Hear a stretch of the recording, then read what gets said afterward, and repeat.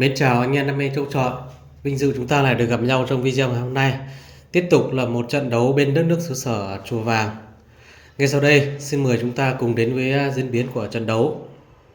Vâng, như vậy là trước mắt chúng ta là hai ông trâu. Bên tay phải là ông trâu sừng dài, đại diện bên áo trắng. Còn bên tay trái là ông trâu sừng ngắn, đại diện cho bên áo đỏ. Chúng tôi đã nhận được tín hiệu từ tổ trọng tài và khắp đấu đã được rút khỏi mũi. Vâng, như vậy là trâu sừng dài đã chủ động vồ, lao vào vồ. Và hiện tại là hai trâu đang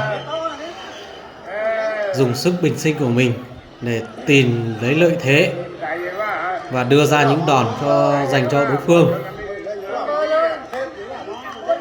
Trận đấu này là trận giao lưu giữa đội áo đỏ và đội áo trắng. Sừng dài là đại diện áo trắng, còn sừng ngắn là áo đỏ. Chúng ta cùng xem áo trắng hay là áo đỏ sẽ là người giành được phần thắng trong trận đấu ngày hôm nay.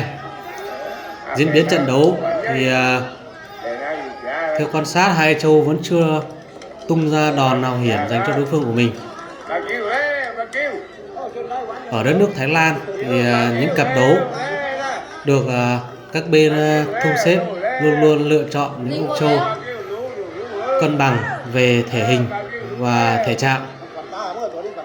Vâng, như vậy là những pha lắc sừng của hai ông trâu dành cho nhau.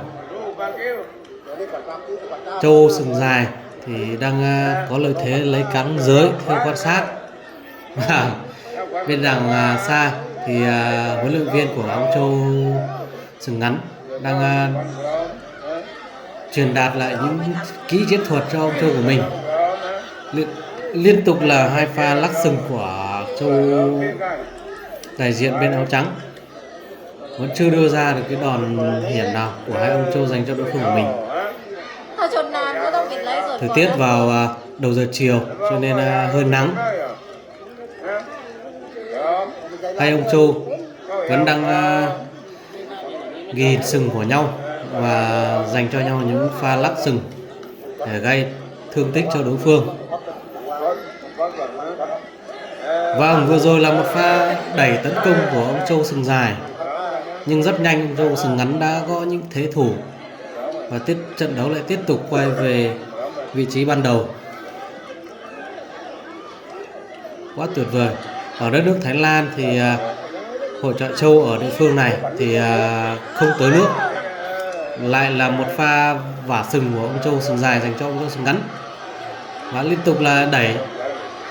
Tuy nhiên vì thể hình và thể trạng tương đương nhau nên những cái đòn đẩy nó không tỏ ra hiệu quả đối với trận đấu này. Và một pha cám quá tuyệt vời của ông trâu sừng dài và áo ngắn, và rất nhanh chóng phần thắng đã thuộc về ông trâu sừng dài đại diện với áo trắng thôi. Vâng, rất nhanh chóng. Như vậy là xin chúc mừng anh em áo trắng và xin chia buồn đối với anh em áo đỏ.